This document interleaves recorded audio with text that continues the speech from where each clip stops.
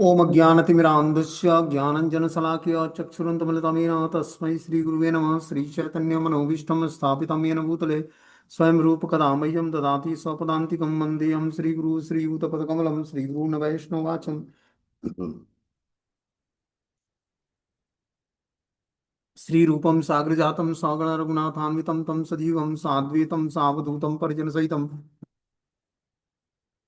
कृष्ण चैतन्य देवं श्री राधा कृष्ण पादान सगणललिता श्री विशाखानप्रताश्च नारायणं नमस्कृत्यं नरं चैव नरोत्तमं देवीं सरस्वतीं व्यासं ततो जयन्तीरय सतां स्वकथा कृष्ण पुण्यश्रवणकीर्तनं हृदयन्तस्तु युद्राणि विधनोति सुसतां नष्टप्रायेषु भद्रेषु नित्यं भागवत सेव्या भगवती उत्तम श्लोके भक्तिर्भवति नैष्टिकी तदा रजस्तम उभाव काम लोभादय चेत एतेन रावृद्धं स्थित सत्त्वे प्रसिद्धति एवं प्रसन्नमनसो भगवद्भक्ति योगता भगवतत्व विज्ञान मुक्त संगस्य जायते विद्यन्ते हृदय ग्रंथि छिद्यन्ते सर्वसंशयं क्षीयन्ते चास्य कर्माणि दृष्ट्वा एवात्मनिश्चय धर्म प्रोजितो कैटभुवनत्रो परमो निर्वस्त्राणां सतां वेद्यं वास्त्रमत्र वस्तु श्रुतं तापत्रय उन्मूलनं श्रीमद्भागवतं प्रमाणमलं प्रेमोपमार्थो महान् श्री चैतन्य महाप्रभु मतमिदं तत्रादरुणा पर हे कृष्ण करुणा सिंधु दीनबंधु जगतपतये गोपेश गोपिका कांत राधा कांत नमस्तु ते तप्त कांचन गौरांगे श्री राधे वृंदावनेश्वरी वृषभानुसुते देवी प्रणमामि हरिप्रिय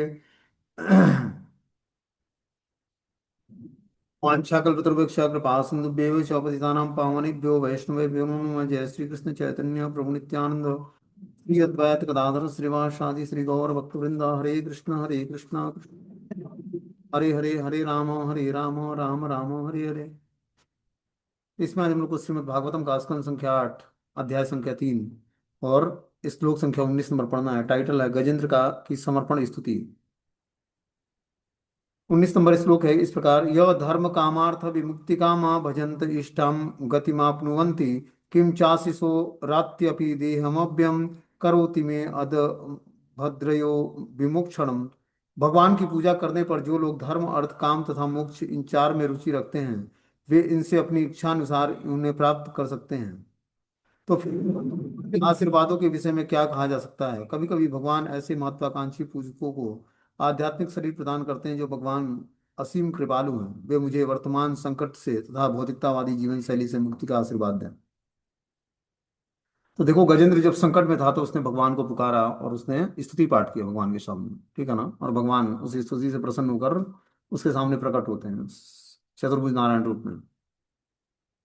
बोलते हैं भगवान की पूजा करने पर जो लोग धर्म अर्थ काम तथा मोक्ष इन चार में रुचि रखते हैं वे उनसे अपनी इच्छानुसार उन्हें प्राप्त कर सकते हैं। तो भगवान जो चार पुरुषार्थ है मनुष्य जीवन के धर्म अर्थ काम और मोक्ष, ये तो भगवान के लिए बहुत ही छोटी वस्तु है। ये तो उसी तरह जीवात्मा बस भक्ति कर ले तो उसका धर्म अर्थ काम और मोक्ष रेगुलेट हो जाएगा।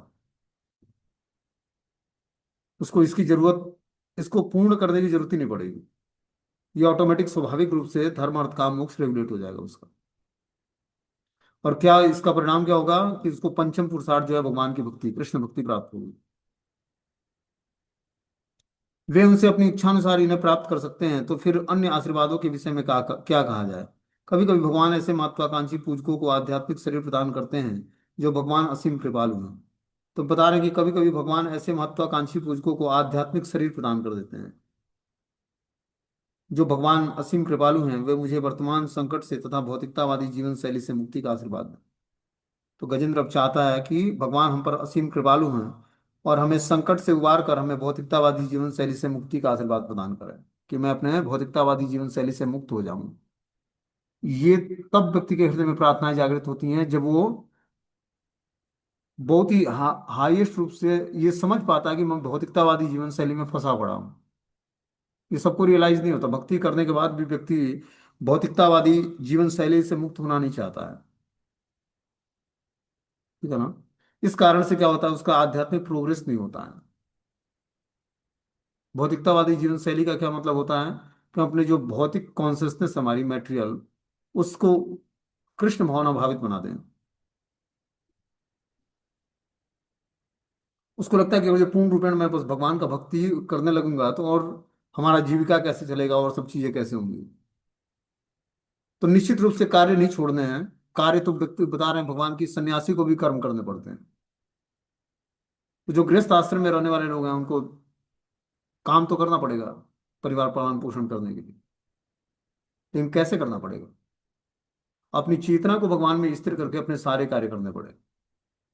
तब जाकर हमारा धीरे धीरे धर्म, अर्थ, काम और मोक्ष रेगुलेट होगा और पंचम पुरुषार्थ भगवान की भक्ति हृदय में जागृत होगी।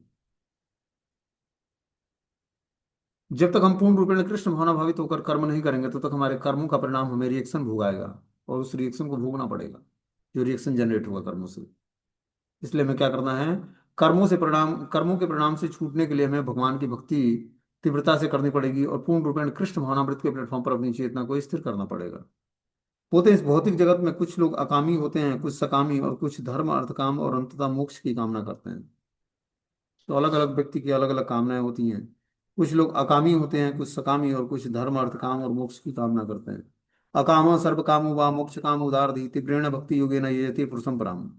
बता रहे हैं कि बहुत सारी कामनाएं हो या कोई भी कामना ना हो या मोक्ष की कामना हो, तीव्रेण भक्ति योगेन, तीव्रता पूर्वक भक्ति का पालन करना पड़ेगा। तब जाकर वो परम पुरुष को जानने की योग्यता आ जाएगी उसके अंदर। ये संस्तुति की गई मनुष्य की, चाहे जो भी स्थिति हो, चाहे वो भौतिक लाभ चाहता हो या न चाहता हो, अंततः मोक्ष चाहता हो, उसे भगवान की श्रद्धा पूर्वक भक्ति करनी चाहिए। तभी उसे मनोवांछित वस्तु प्राप्त होगी। ये यथा माम प्रपद्यन्ते तांस तथैव भजाम्यहम् हम। भगवान आदान प्रदान करते हैं, यहाँ तक कि एक सामान्य जीव भी जो चाहता है उसे कृष्ण प्रदान करते हैं। कृष्ण हर एक के हृदय में स्थित रहते हैं और जीव को मनोवांछित वस्तु प्रदान करते हैं। तो जैसे हृदय की स्थिति होगी, मनोवांछा होगी, वैसे ही उसको वस्तु मिल जाएगी। कृष्ण हर एक के हृदय में स्थित हैं और जीव को मनोवांछित वस्तु देते हैं। ईश्वर सर्वभूतानाम हृदय अर्जुन तिष्ठति ब्राह्मण सर्वभूतानि यंत्रात्महानि माया। हे अर्जुन, भगवान सबों के हृदय में आसीन हैं। भौतिक शक्ति से निमित्त यंत्र पर आरूढ़ हो सारे जीवों को घुमाते रहते हैं। क्या बता रहा है यहाँ पर, कि भगवान सबों के हृदय में आसीन है और भौतिक शक्ति से निमित्त यंत्र पर आरूढ़ होकर सारे जीवों को घुमाते रहते हैं। भगवान हर एक को अपनी महत्वाकांक्षा की पूर्ति का अवसर प्रदान करते हैं। हर एक जीवात्मा की जो इसकी आवश्यकताएं हैं, इच्छाएं हैं, उसको पूर्ण करने के लिए भगवान क्या करते हैं, उसको फैसिलिटेट करते हैं।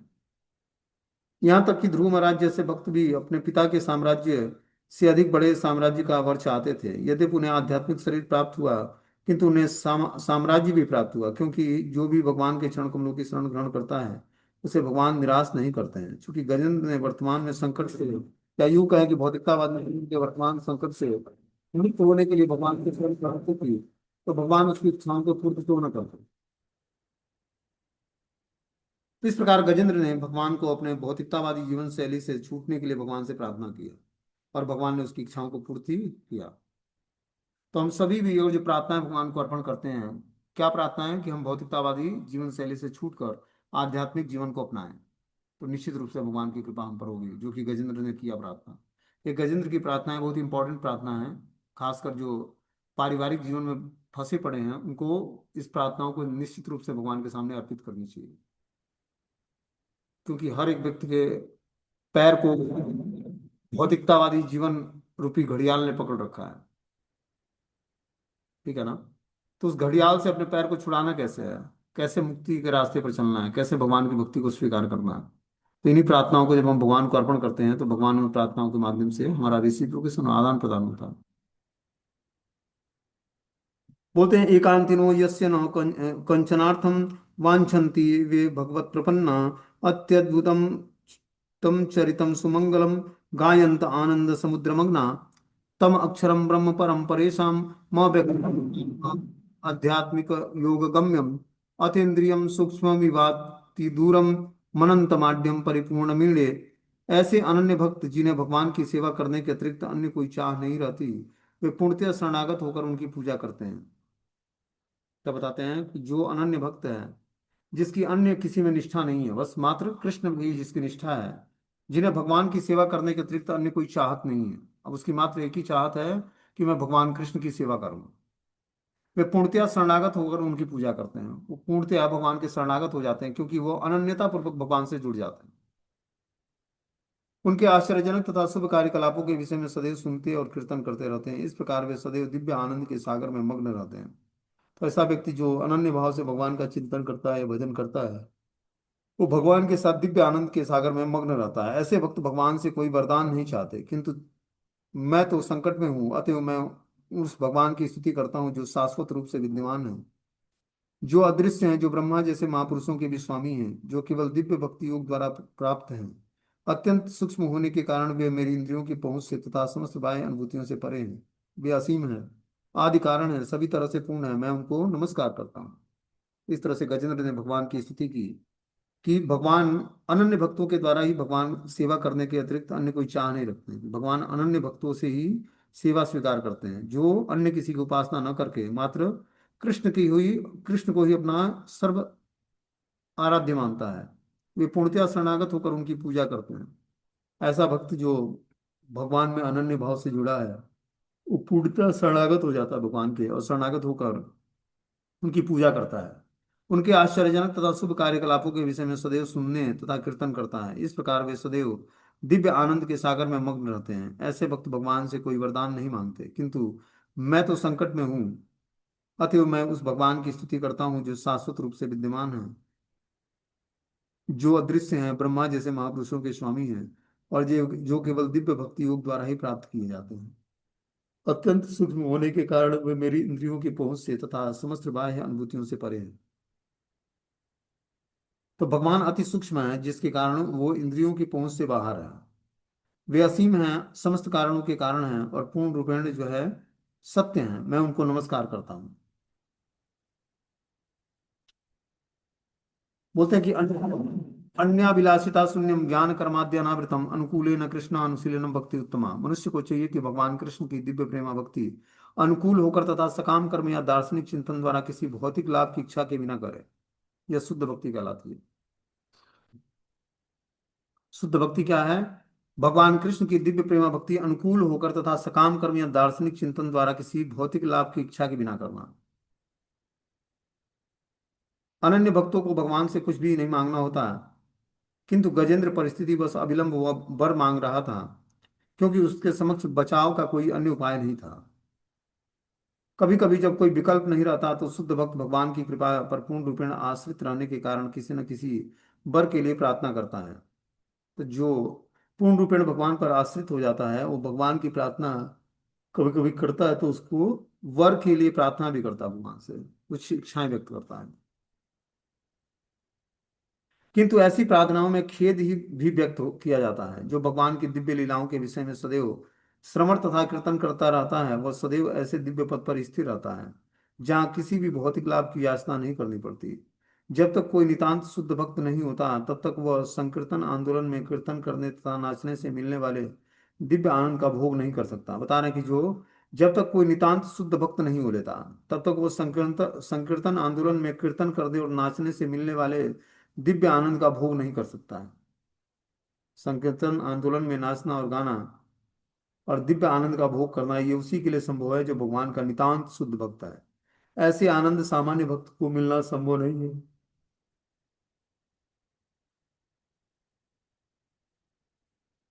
बता रहे श्री चैतन्य महाप्रभु ने हमें दिखलाया कि किस तरह सहज रूप से भाव विभोर होकर कीर्तन श्रवण और नृत्य के द्वारा दिव्य आनंद उठाया जा सकता है। यही भक्ति योग है।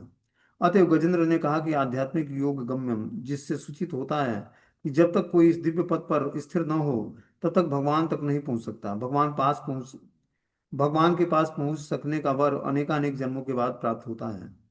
फिर भी श्री चैतन्य महाप्रभु ने यह वर सबों को प्रदान किया, उन पतित आत्माओं तक को जिनके पास आध्यात्मिक जीवन की कोई विरासत नहीं थी।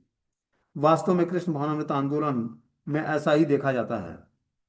अतएव भक्ति योग का मार्ग वह निर्मल विधि है जिससे भगवान तक पहुंचा जा सकता है। तो ये भक्ति योग का जो मार्ग है, जिस पर भगवान श्री चैतन्य महाप्रभु बता रहे हैं कि महाप्रभु ने यह सबों को वर प्रदान किया, उन पतित आत्माओं को जिनके पास आध्यात्मिक जीवन की कोई विरासत नहीं थी, उसको भी महाप्रभु ने कृपा प्रदान करके और हरि नाम और भगवान का प्रेम प्रदान किया। अतएव भक्ति योग का मार्ग जो है निर्मल विधि है, जिससे भगवान तक आसानी से पहुंचा जा सकता है। भक्त्या माम अभिजानम, केवल भक्ति माध्यम से ही भगवान तक पहुंचा जा सकता है। आगे बता रहे कि यस्य ब्रह्मादयो देवा वेदा लोका चराचरम नाम रूपम विभेदेन फल्गव्या च कलया कृतम यथा शीर्षो अग्नये सवितु गर्भस्तयो निर्यान्ति संयात सकृत्व स्वरोचिष तथा यत्यो अयं गुणम संप्रवाहे बुद्धिमनं खानि शरीर सर्गा स वे न देवा असुर मृत्य त्रियग न स्त्री न खंडो न पुमान जंतु नायम गुणम कर्म न सन्नचासम निषेध शेषो जयता दशेशम।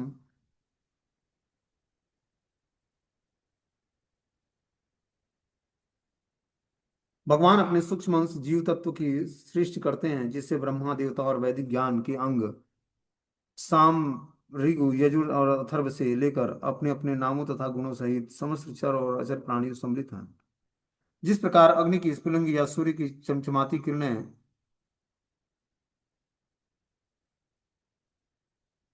कारण कि भगवान अपने सूक्ष्म अंश जीव तत्व की सृष्टि करते हैं, जिसमें ब्रह्मा देवता और वैदिक ज्ञान के अंग से लेकर अपने अपने नामों तथा गुणों सहित समस्त चर और अचर प्राणी सम्मिलित हैं।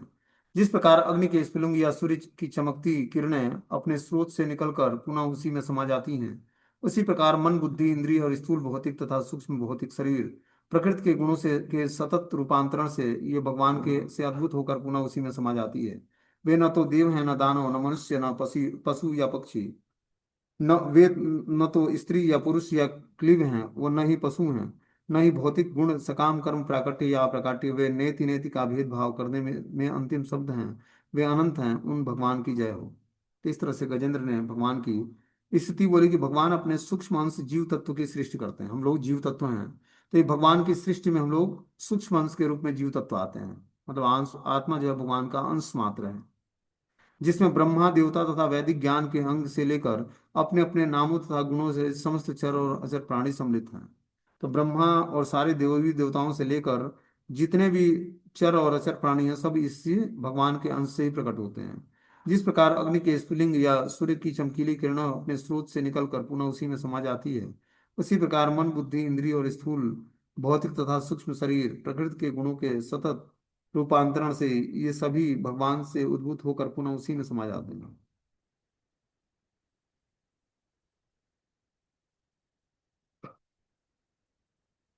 वे न तो देव हैं, न दानव, न मनुष्य, न पशु या पक्षी। वे न तो स्त्री या पुरुष या क्लीब हैं, न ही पशु हैं, न ही वे भौतिक गुणों से काम कर्म प्राकट्य या अप्राकट्य हैं। वे भेदभाव करने में अंतिम शब्द है और वे अनंत हैं। उस भगवान की जय हो। होते हैं, यह भगवान की असीम शक्ति का संक्षिप्त वर्णन है। परम पुरुष अपने अंशों को प्रकट करके विभिन्न अवस्थाओं में कर्म करते हैं। ये अंश उनकी विभिन्न शक्तियों के रूप में एक साथ भिन्न भिन्न रूप में प्रकट होती है। प्रत्येक शक्ति सहज रूप से कार्यशील होती है। अतएव भगवान अनंत हैं। न तत् समस्याभ्याधिकश्च दृश्यते। न तो कोई उनके तुल्य है, न कोई उनसे बढ़कर है। यद्यपि वे अनेक प्रकार से अपने को प्रकट करते हैं, लेकिन उन्हें स्वयं कुछ भी नहीं करना होता है, क्योंकि उनकी असीम शक्तियों के विस्तार से सब कुछ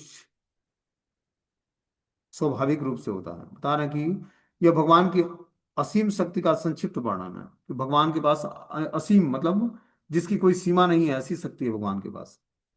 परम पुरुष अपने अंशों को प्रकट करके विभिन्न अवस्थाओं में कर्म करते हैं, और यह अंश उनके विभिन्न शक्तियों के रूप में एक साथ भिन्न भिन्न रूप में स्थित है। प्रत्येक शक्ति सहज रूप से कार्यशील होती है। अतः भगवान अनंत है। न न तो समस्याधिकश्च दृश्यते। न तो कोई उनके तुल्य है, न कोई उनसे बढ़कर है। यद्यपि वे अनेक प्रकार से अपने को प्रकट करते हैं, लेकिन उन्हें स्वयं कुछ नहीं करना पड़ता है। तो भगवान अपना विस्तार अनेक रूपों में करते हैं, ठीक है ना। जीव तत्व के रूप में, पेड़ पौधों के रूप में, क्योंकि भगवान का ही अंश आत्मा जो है हर जीवात्मा के अंदर निवास करता है। तो बता रहे हैं कि क्योंकि वे उनकी असीम शक्तियों के विस्तार से ही सब कुछ संभव हो पाता है। आगे से बता रहे हैं कि जी जी विषे ना हम या मिहा मुयाकिम मन त बहिर्चावृत ए भयोन्या इच्छामि कालेन न यस्य विप्लव स तस्याम लोकावरणस्य मोक्षम। घड़ियाल के आक्रमण से मुक्त किए जाने के बाद और आगे जीवित रहना नहीं चाहता। हाथी के शरीर से क्या लाभ, जो भीतर तथा बाहर से अज्ञान से आच्छादित है। मैं तो अज्ञान के आवरण से केवल नित्य मोक्ष की कामना करता हूँ। यह आवरण काल के प्रभाव से विनष्ट नहीं होता। यहाँ पर बता रहे हैं गजेंद्र कि घड़ियाल के आक्रमण के बाद जब मुक्त हो गए, वो किए जाने के बाद आगे जीवित रहने की इच्छा नहीं हुई गजेंद्र की। अब भगवान से बोलता कि हे प्रभु, आपने हमें घड़ियाल से तो बचा लिया, अब हमें भी जीवित रहने की इच्छा नहीं है। हाथी के शरीर से क्या लाभ, जो भीतर तथा बाहर से अज्ञान से आच्छादित है। कि जो इस हाथी शरीर में मैं हूँ, इसमें मैं अज्ञान से आवृत हुआ, हमारी चेतना।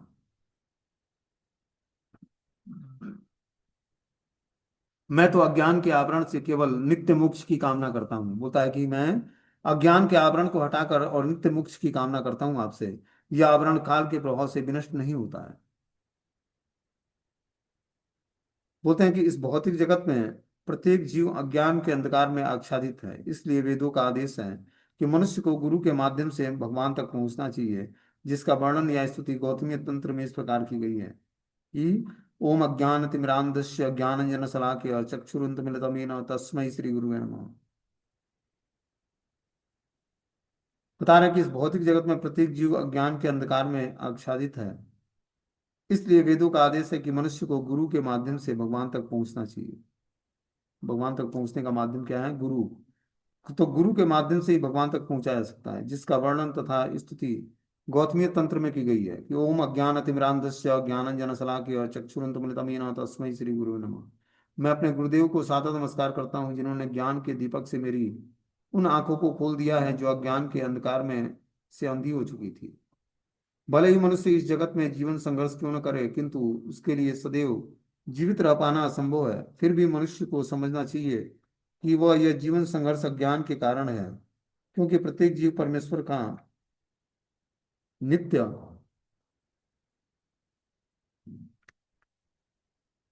अंश है।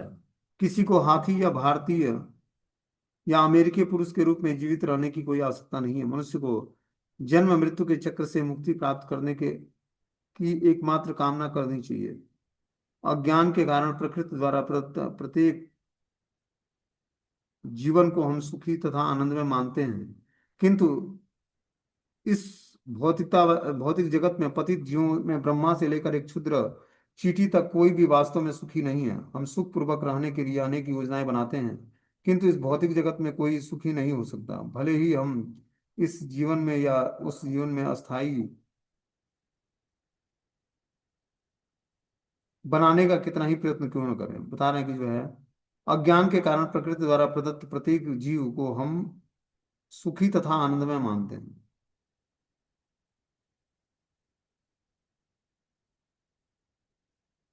हम सुखपूर्वक रहने के लिए अनेक योजनाएं बनाते हैं, किंतु इस भौतिक जगत में कोई भी सुखी नहीं हो सकता है, भले ही हम इस जीवन में या उस जीवन में अस्थायी आवास बनाने का कितना ही प्रयत्न क्यों न करें। केवल जब हम अस्थायी आवास बनाना चाहते हैं तो उससे हमें सुख नहीं मिलेगा। बता रहे हैं कि भौतिक जगत में कोई भी सुख नहीं है, भले ही हम इस जीवन में इस जगत में अस्थायी आवास करने का कितना ही प्रयत्न क्यों न करें। आगे बता रहे कि सो अहम विश्व सृजम विश्व विश्व विश्ववेदसम विश्व आत्मा मजम ब्रह्म प्रणतो अस्मि परम पदम। भौतिकतावादी जीवन से मोक्ष की कामना करता हुआ अब मैं उस परम पुरुष को सादर नमस्कार करता हूँ, जो इस ब्रह्मांड का सृष्टा है, जो साक्षात विश्व का स्वरूप होते हुए भी इस विश्व से परे है। वह इस जगत में हर वस्तु का परम ज्ञाता है, ब्रह्मांड का परमात्मा है, वह अजन्मा है और परम पद पर स्थित भगवान है। मैं उन्हें सादर नमस्कार करता हूँ। इस प्रकार बता रहे हैं कि जो है भौतिक जीवन से मोक्ष की कामना करता हुआ अब मैं उस परम पुरुष को सादर नमस्कार करता हूँ, क्योंकि परम पुरुष ही मोक्ष प्रदान कर सकते हैं, मुक्ति प्रदान कर सकते हैं। मोक्ष मतलब मुक्ति, और मुक्ति का क्या मतलब है? मुक्ति मतलब भक्तों के लिए मुक्ति का मतलब होता है कि वो प्रेममय सेवा में अपने को इंगेज कर लें। पाप कर्म से छूटना भक्तों के लिए तो बहुत ही सिंपल शब्द है। बोलते हैं कभी कभी जब सामान्य व्यक्ति को भक्ति योग या कृष्ण भावनामृत का उपदेश दिया जाता है तो लोग तर्क करते हैं कि कहाँ है कृष्ण और कहाँ है ईश्वर। क्या आप हमें उस उनका दर्शन करा सकते हैं? इस श्लोक में हमें इसका उत्तर मिलता है कि यदि हम पर्याप्त बुद्धिमान हैं तो लोगों के तो हमें यह जानना चाहिए कि कोई ऐसा भी है जिसने संपूर्ण विश्व की रचना की है, जिसने इस विश्व के लिए अवयव प्रदान किया है और स्वयं अवयव बन गया है, जो नित्य है किंतु इस विश्व के भीतर नहीं है। केवल इसी बात पर भगवान को सादर नमस्कार किया जा सकता है। भक्ति योग भक्तिमय जीवन का यही शुरुआत है। बता रहे हैं यहाँ पर कि कभी कभी जब सामान्य लोगों को भक्ति योग का उपदेश दिया जाता है तो लोग तर्क करते हैं कि कहाँ है कृष्ण और कहाँ है ईश्वर। ईश्वर क्या आप हमें उनका दर्शन करा सकते हैं?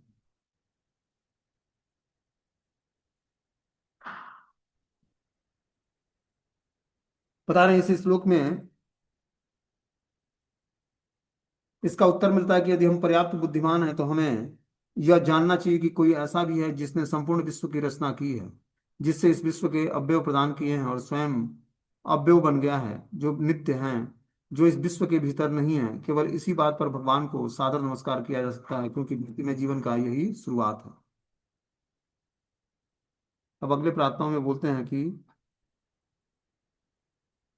योग रंदित कर्माणो हृदि योग विभावितम योगिनो य पश्यन्ति योगेशम तम न तो अस्महम। मैं उस ब्रह्म परमात्मा और समस्त योग के स्वामी को सादर नमस्कार करता हूँ, जो सिद्ध योगियों द्वारा अपने हृदयों में तब तब देखे जाते हैं जब उनके हृदय भक्ति योग के अभ्यास द्वारा सकाम कर्मों के फलों से पूर्णतया शुद्ध तथा मुक्त हो गया हो।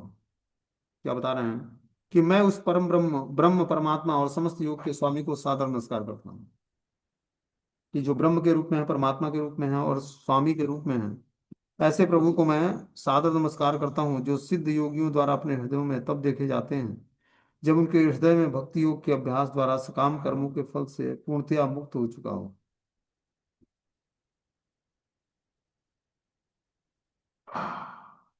तो बता रहे कि जो सिद्ध योगी है, जो अपने हृदय में तब देख भगवान परमात्मा का दर्शन कर पाता है जब उसके हृदय भक्ति योग के अभ्यास द्वारा पूर्ण रूप में निर्मल हो गया है, तब उसके हृदय में भी राधा कृष्ण का निवास स्थान बन जाता है। वह जहां जाएगा, प्रचार करने चाहे कुछ भी करते हैं, तो शुद्ध भक्तों के हृदय में भगवान निवास करते हैं। वो वृंदावन में रहें या वृंदावन के बाहर रहें, उनके हृदय में हमेशा जो है राधा कृष्ण का निवास स्थान बन जाता है। और इस प्रकार जो है वो चलता फिरता तीर्थ हो जाता है, जिसके हृदय में भगवान निवास करते हैं। बता रहे हैं कि गजेंद्र ने इतना ही स्वीकार किया कि कोई न तो ऐसा हो जिसने इस ब्रह्मांड की रचना की हो और उसके अव्यय प्रदान किए हों। इस तरह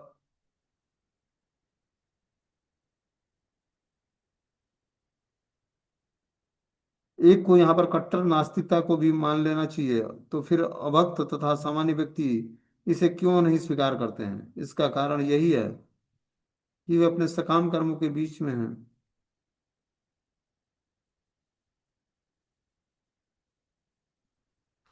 नारायण गजेंद्र ने इतना ही स्वीकार किया कि कोई न कोई ऐसा होगा जिसने इस ब्रह्मांड की रचना किया है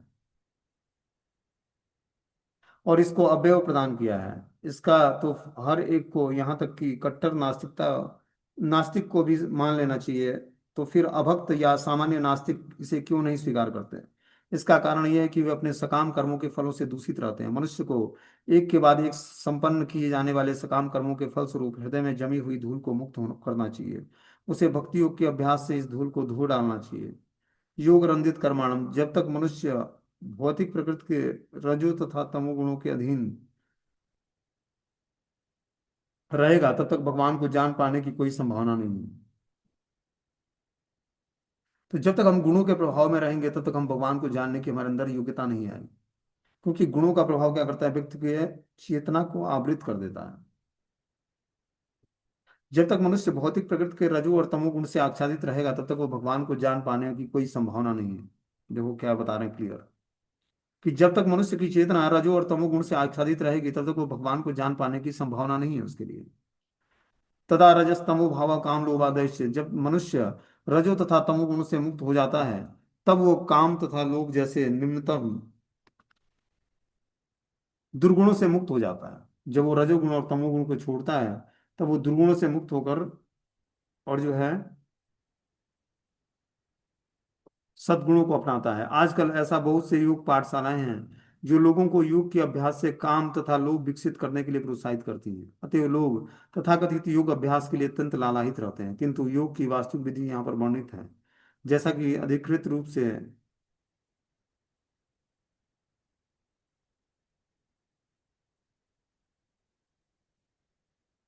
होते हैं। अधिकृत रूप से श्रीमद् भागवतम में कहा गया कि ध्यान अवस्तु तद्गति न मनसा पश्यन्ति यम योगिनो।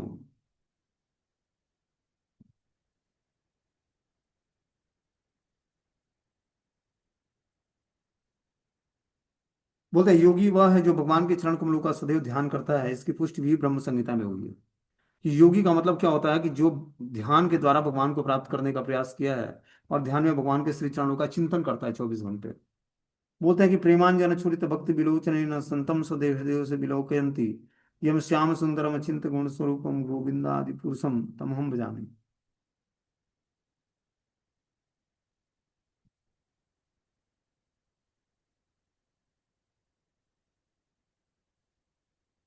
बोलते मैं उस आदि पुरुष भगवान गोविंद की पूजा करते हैं जो साक्षात श्याम सुंदर और कृष्ण हैं, जिनके गुण अचिंत्य एवं असंख्य हैं, जिन्हें शुद्ध भक्त अपने हृदय में प्रेम रूपी अंजन लगाकर भक्तिमयी आंखों से देखते हैं। भक्ति योगी श्याम सुंदर को श्याम वर्ण तथा सुंदर कृष्ण को निरंतर देखना चाहता है।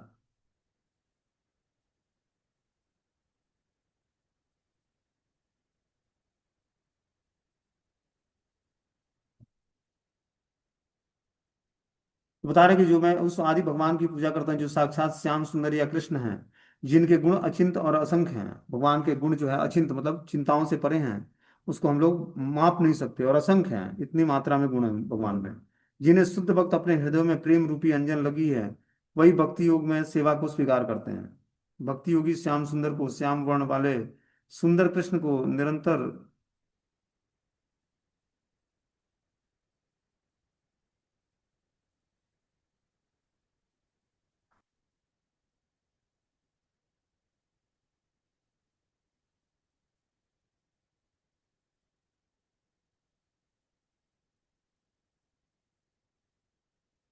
बता रहे कि भगवान को देखने के लिए व्यक्ति को शुद्ध भक्त अपने हृदय में प्रेम रूपी अंजन लगाकर ही भक्ति योगी आंखों से उनको देख पाते हैं। भक्ति योगी श्याम सुंदर को श्याम वर्ण तथा सुंदर कृष्ण को निरंतर देखना चाहते हैं।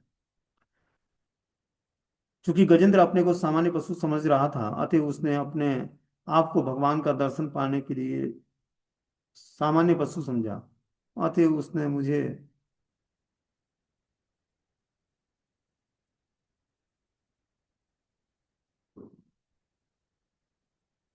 चूंकि गजेंद्र अपने को सामान्य पशु समझ रहा था, अतः उसने अपने आप को भगवान के दर्शन पाने के लिए अयोग्य समझा। उसको लगा कि मैं योग्य नहीं हूं कि मैं यमुना में स्नान, वह योग का अभ्यास नहीं कर सकता। दूसरे शब्दों में, भला ऐसे लोग जो देहात्म बुद्धि से के कारण पशुओं के समान हैं, जिनकी चेतना शुद्ध नहीं है, योग का अभ्यास कैसे कर सकते हैं? वर्तमान काल में जिन लोगों की इंद्रिय भोग वश में नहीं है, जिन्हें दर्शन का ज्ञान नहीं है।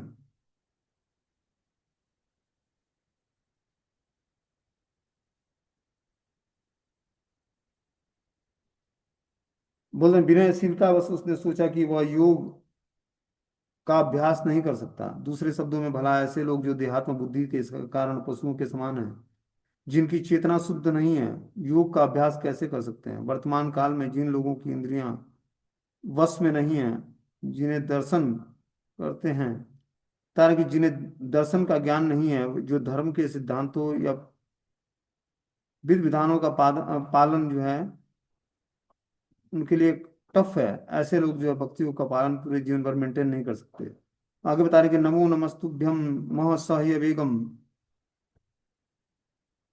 शक्ति त्रया अखिल धी गुणाय प्रपन्न पालाय दुरंत सत्ते कलिंद्रियाड़ा मन वाप्य वर्तमने। हे प्रभु, आप तीनों प्रकार की शक्तियों के दुस्तर वेग के नियामक हैं। तीन प्रकार की शक्तियां जो हैं उसके भगवान दुस्तर वेग हैं, और भगवान के चरण कमलों पर मन को एकाग्र करना।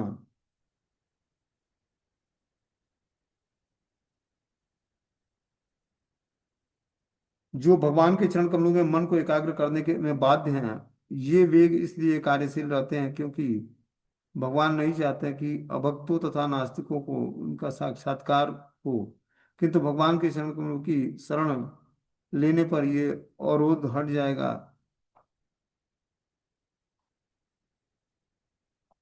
तो बता रहे हैं कि आसक्ति लोभ और काम ये दुस्तर वेग हैं शरीर के। जब भगवान के चरण कमलों पर मन को एकाग्र किया जाता है,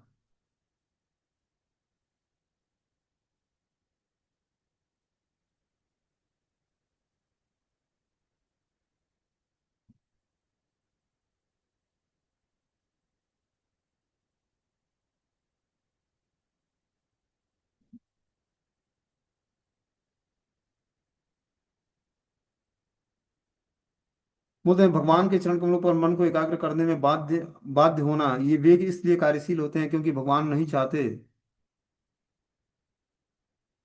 कि भक्तों तथा नास्तिकों को उनका साक्षात्कार हो, किंतु भगवान के चरण कमलों की शरण लेने पर ये अवरोध हट जाते हैं और भगवान का साक्षात्कार हो जाता है। अतएव भगवान शरणागतों के रक्षक हैं। तो यहाँ पर बता रहे हैं कि और जो कोई व्यक्ति भगवान के चरण कमलों का शरण ले लेता है तो उसके सारे और अवरोध समाप्त हो जाते हैं। भगवान के चरण कमलों की शरण में गए बिना कोई भी व्यक्ति भक्त नहीं बन सकता। तब भगवान उसे भीतर से बुद्धि प्रदान करते हैं जिससे वो भगवत धाम वापस आ सके।